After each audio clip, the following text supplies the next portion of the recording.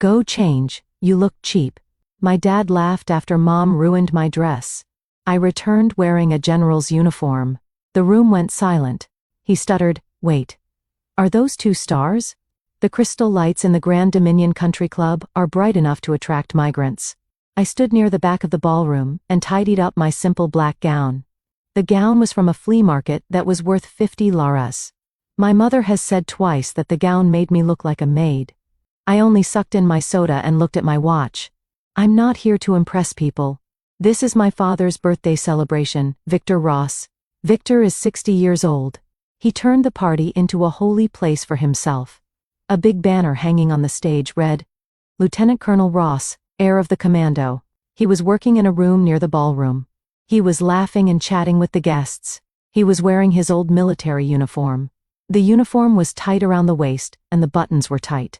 He retired 20 years ago as a lieutenant colonel of the 5th Army, but he wore the uniform to the ballroom if he could. For him, the banner was the only thing that made someone worthy of being invited to speak. I saw him waving to a local city council member. My father was waving wildly and talking about staying in the conflict before the member of the council was born. He seemed shy, but no one dared to tell him. My brother Kevin stood beside him while holding a glass of whiskey like a tool. Kevin is 35 years old. He sells insurance at a high price and still brings laundry to our parents' house on Sundays. Kevin looked at me in the corner and winked at my father. They both looked at me. Their expressions changed from arrogance to a little bit of disgust. That's the look you give to a wild dog that manages to sneak into the house. They walked towards me. My father walked with a stiff and overbearing step according to him. My father looked like a prisoner, but actually he looked like a sad shepherd. "Elena," my father said without hesitation. He stared at me from top to bottom while nodding. I said, "This is a black rice event. You look like you're going to a hamster ceremony." "That's a cocktail gown, father," I said slowly. "Happy birthday." Kevin nodded, spinning his whiskey. "But I think that's it. What happens when you work in the government office? What else do you do?" "Recovering taxes for the motor pool." "Logistics," I said. A standard lie that I've been doing for 15 years. I handled the documents of the team chain. "Documents?" My father frowned and shook his head. "I picked up a fighter and I got a secretary. General Sterling will come tonight. A 4-star general, an actual war hero. Try not to embarrass me when he comes here. Don't talk unless you're invited to talk." I felt my body twitching, but I still put on a straight face. "I know who General Sterling is, father." I doubted him, my father. "You won't know the true leadership if it bites you. Stay behind and keep that cheap gown away from the photo." My mother, Sylvia, came. At that time, she was a woman who saw cruelty as a social skill. She held a large glass of red wine and wore a silk gown, which was more expensive than my first car. She didn't smile at me. She just rubbed her cheeks on the loose thread under my skin. "Fix your posture, Elena," she said. "You bent over. It made you look lost." "I'm fine, ma'am," she said. "You're not fine. You're not visible." She said, "Oh, look. Your sister needs to be refilled. Sideways. You're blocking the way to the bar." She made movements like throwing shoes with her hands. When she did it, she stepped forward and the carpet was covered. It was a show that deserved to be aired on television in the afternoon. A glass of red wine in her hand not only spilled but also dripped. The red wave hit directly to the front of my gown. The cold liquid immediately seeped into the cheap cloth. The liquid flowed into my stomach and dripped into my shoes. The conversation in the area stopped. I stood there, shivering because of the cold surprise. My mother didn't apologize. She covered her mouth with her hands, pretending to be prepared, but her eyes weren't cold. Oh, for God's sake, her anger was heard. Angry, regretful. "Look at what you made me do. You stood right at my blind spot. Oh, you threw it."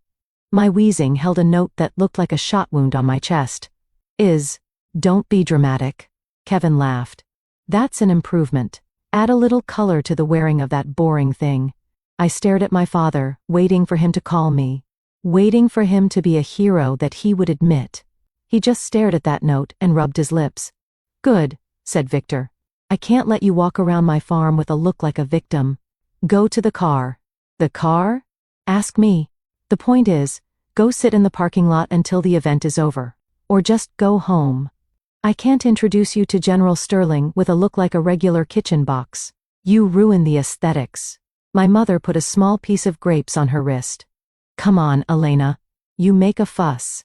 It smells like cheap Merlot. Anyway, I stared at the three of them. My family. People who were supposed to be my team. At that time I also realized that I was no one to them. I was just a property that failed to function. I was just a background figure that ruined the scene. Okay, said I. My voice calmed down. I'm going to change my clothes. You don't have anything to change, Kevin grumbled. Unless you have a variety of cleaning duties in your father's barn? I'll find out, said I. I turned around and walked away. I could feel their gaze on my back. I could hear Kevin joking about how I might buy that gown at a used goods shop. I kept walking. I walked out of the dance hall through the registration desk and out into the cold night air. The parking staff offered to pick up my car, but I bowed my head. I walked to the end of the parking lot, where I parked my sedan. I opened the car door and opened the trunk. The trunk lights flickered, illuminating the chaos that was going on between the gym bag, the Mr. Box, and the thick black bag with a stamp, the Department of Land Transport, written on it. I stared at the bag for 15 years. I have played that game. I have made them believe that I am a writer. I have made them believe that I am an investor, because that is easier than explaining the truth. The truth is that I do not offer documents. I allow kinetic attacks. The truth is that when my father revived the Cold War, I led a joint task force in the Middle East. I folded my hands and opened the bag. The moonlight shone through the thick gold thread on my shirt. This is not just a variety. It is a variety of the blue mesh of the army, the most formal nightdress in the military. It was sewn perfectly. I touched the shoulder pad. It was not empty. There was not an egg, a major, or a colonel's bird. There were 2 stars on top of it. Major General Kosengelapan. My father was a lieutenant colonel, and his rank? In the military ranks, he was a middle manager. I was the CEO. I looked back at the windows of the National Club that shone. I could see the silhouette of the guests inside. I could see my father walking. Maybe he was telling a story about a military training in 1985. He wanted a lieutenant colonel. He wanted someone who understood the chain of command. I felt a calmness that wanted to embrace me. The same calmness that I felt before the violation. I took off the wet gown by Angkor at the parking lot. I didn't care if anyone saw me. I wore a long pants with a high waist with a gold line on the legs. I tied it to a clean white table and adjusted the hem. I wore a jacket. The jacket was heavy, full of history and authority. I tied the chain to the front. I checked my shadow on the car window. The woman who looked back was not Elena, the writer, but General Ross Palu. I opened the storage box and took out my mini medal. I put it on my left arm. The collar was tight. The Medal of Distinguished Service, Legion of Merit, the Star of Bravery. It was a wall of colors that shone with competence. I folded the ribbon until it was closed. It sounded like a gunshot in a quiet parking lot. I started walking back to the club. In my low heels, I heard a clicking sound on the asphalt. That was the sound that I remembered. The valet officer looked at me in amazement. He stood on the pillar, checking his pencil. He nodded, looked at the stars and glanced at the body. He didn't know who I was, but he knew what kind of power it was. I went up the stairs to the main entrance. The girl on the table checked in, nodded, and her collar was slightly raised. I didn't stop. I pushed the heavy door open and stepped into the dance floor. The room was noisy. A jazz band was playing cheerful music. The servants were walking through the crowd with their trash bags. I didn't know what to do. So I stood at the top of the short stairs that led to the dance floor. I didn't say a word. I just stood there. The color was right for me. The color of the blue was unique. The color was bold. And when a woman touched it, people would notice. The conversation near the stairs was the first. People flocked to see. Then anxiety spread like a contagious disease. Anxiety spread from where I stood to the entire dance floor becoming silent. Even the music band faded. The drummer grabbed the atmosphere and stopped his saxophone. I was at the end of the room behind me. He laughed at himself. He suddenly realized that he was the only one laughing. He turned around, angry at the loss of the audience. He closed his eyes. The lights went out, but the lights passed through the stage. It was dark. He saw a tall figure.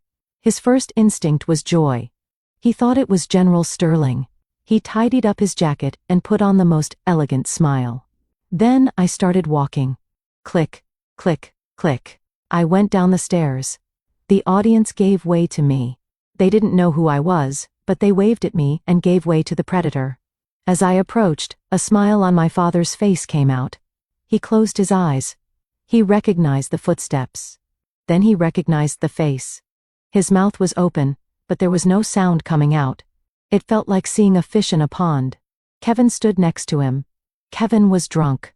He closed his eyes and laughed. Wow! Kevin screamed. His voice broke the silence. Look at this. Elena is getting married. Did you invite her from the costume shop? You look like a band leader. My father didn't laugh. His eyes were fixed on my shoulder. He was a hero. He didn't know the meaning of the stars. He knew the distance. He knew the size. He was trying to process the impossibility. Kevin, shut up. My father whispered. His voice was trembling. Kevin said unconsciously, look at this. That's stealing courage, isn't it, Dad? Ask him to let go before he gets caught. I stopped 10 feet from them. I stood in a ready position. Not a stiff, fearless recruiter, but a calm and dangerous commander. I looked into my father's eyes. Shh, you told me to change into a colonel's uniform. I said. My voice wasn't loud, but I could hear it from every corner of the room. You said my uniform wasn't suitable for a military event. I had already fixed the problem. My mother broke the silence. She looked angry. Elena, are you out of your mind? Let it go now. You're insulting your father. It's true, Mom. A heavy voice echoed from the door behind me. He was the only person here who respected him. The crowd turned around. Standing at the doorstep was General Marcus Sterling. 4 stars. A respected guest. He was greeted by 2 military policemen and his aide. Well, General Sterling was a tall man, a legend in the battalion division. My father's face turned from pale to gray. He looked at General Sterling, then looked at me again. He was shivering with confusion. General Sterling walked into the room. He didn't look at my father. He didn't see the anniversary banner. He walked straight to me. The crowd immediately shrugged. He stopped 3 steps in front of me. Then something impossible happened. General Sterling, the commander of the 4-star Air Force, hit his head. His voice was like a thunderbolt. He raised his right hand with a gentle and firm respect. He held it there. General Ross, Sterling said. His voice was full of warmth and respect. I didn't know you were in that area. The Pentagon said you were still overseeing the withdrawal of the Mundo in Sector 4. I paid my respects. The movement was well trained. Nice to meet you, General Sterling. I'm on leave. A short leave. We paid our respects together. The room was so quiet that you could hear the ice melting in the bucket. General? Kevin said. The words came out with a tingling sound. Why did he call him General? General Sterling slowly turned to look at Kevin. Kevin looked at him like a knot on a carpet. Then he looked at my father. Rex, Victor, General Sterling said coldly. I see you've met Major General Elena Ross. But, I'm confused. Why is a 2-star general standing here while a lieutenant colonel is chilling with his hands in his pockets? My father looked like he was having a stroke. His brain wasn't functioning properly. His daughter, who had been in his care for 40 years, was a high-ranking officer. The hierarchy he was led by had just turned upside down and destroyed him. Yes, she's my daughter. My father was paralyzed. He works in logistics. He's a GS-5. He's in charge of logistics for the 3rd Army Corps. Victor Sterling corrected him. He has more fighting time than you have on the golf course. And now, he's a high-ranking officer in this room. And if you don't mind, I'd like to bow down and look at his jacket. He looked at my stars. 2 stars hitting a diamond egg. It's not even a stroke. It's a massacre. Protocol, Colonel, I said slowly. My father was paralyzed. He knew what I meant. In the military, when a junior officer meets a senior officer, they will respect each other. It doesn't matter if they are father and son. It doesn't matter if it's a birthday party. The rank is my rank. My father's hands were shaking. He tried to laugh at him. He looked around the room to find support, but the guests stared at him. They were waiting. The silence was heavy. It was suffocating. He realized that he had no choice. If he didn't do it, he admitted that his entire identity, the persona prejurate he had built in his life, was a lie. Slowly, with difficulty, he clenched his fist. It was his pain. He raised his hand. His fingers trembled when he touched the edge of his eyebrow. He respected me. His eyes were wet. They were filled with humiliation and anger. I let him hold me. I let him stand there, his hands trembling, while the guests watched. I thought of the grapes on my dress. I thought of the years when he called me a secretary. I thought of the humiliation given to me by a writer. I let the seconds pass. 1, 2, 3. Finally he replied with a calm and gentle respect. "Continue, Colonel," I said. My father dropped his hand and muttered. He looked smaller. His breath was gone. "I think there is something wrong." My mother's decision was a step forward. She was too arrogant to understand the danger she was facing. "Elena, stop this play. Tell the truth to General Sterling. Tell him that you have submitted the document." I turned to my mother. I had finished explaining myself to the civilians, my mother, and you created a security risk. I looked at General Sterling. "Sir, I apologize for the atmosphere. I got the impression that this was an arranged meeting. It looks like this is a messy mess." "I agree," said Sterling, while observing the grapes on the floor. "I came to pay my respects to a veteran, but I will not live in a place that is not respected by the higher authorities. Are you going to go, Elena?" "I will go, sir," I said. "I have an assignment tomorrow morning." "I will take you out," said Sterling. I waited for my family. I did not say goodbye. I did not hug them. I just turned around and started walking. "Go." General Sterling walked beside me, following my steps. "Wait," my father shouted. The decision broke his voice. General Sterling turned around. I had already prepared the pedestal. Sterling did not even turn around. "Just keep it for your wedding night, Victor. You just insulted the best tactical expert in the army. You owe him a family, or I will withdraw your pension loan because of inappropriate behavior." We walked out through your door. Heavy wood covered behind us. The dance hall was closed. After that, the music did not start again. Outside, the air was fresh. My heart was beating fast in my broken bone. But my hands were still stable. General Sterling looked at me and smiled. "It was brutal, Ross," he said. "It is necessary, sir," I said. "Anger?" he asked. He rubbed a pile of broken clothes in my car trunk. "This is hostile behavior," I said. "Neutralized." "Good," he said. "You need a ride? My troops can take you to the base." "I drove," I said. "I like peace." I went home that night wearing my uniform. I did not cry. I did not feel sad. I felt light. The burden of their agreement, which I had been holding for decades, was gone. I dropped it on the floor of the dance hall. 6 months later, I returned to the Pentagon. I was sitting in the office. I was reviewing the schedule of locations for the Eastern European area. My assistant, a young, smart captain, knocked on the door. "Ma'am," he said, "you have a letter." "Oh, this letter is marked as a personal letter, but sent to the official commander's address." He handed me a thick envelope. I immediately recognized the handwriting. It was my father's handwriting. I opened it. There was no apology in it. "No, I'm sorry for treating you like garbage." Instead, there was a 3-fold brochure for Patriots Rest, an exclusive high-ranking military pension community in Florida. The brochure contained a handwritten note. Elena. They had been waiting in line for 5 years, but they were speeding up the processing for family members near the general staff. "I need a letter of recommendation from you. That letter must be used by the official letterhead. My mother hates neighbors in our house right now. Do this for us. Family members help family members." I read it twice. Her courage was almost overwhelming. She still didn't understand. She thought the rank was a magic wand to get a better parking space and access to the state club. She didn't understand that rank was a burden. It was carried by blood and sacrifice. She wanted a general signature, but she treated her daughter like a nuisance. I took my pen. I didn't write a letter of recommendation. I took a standard napkin and pinned it to the brochure. On the napkin, I wrote a sentence in red ink. The request did not meet the standard for priority status. Processing through a normal civil route. I handed the package back to my assistant. "Ma'am?" she asked. "What do you want to do with this?" "Send it to the Standard Processing Center in St. Louis," I said. "The one for regular veterans. No priority tag.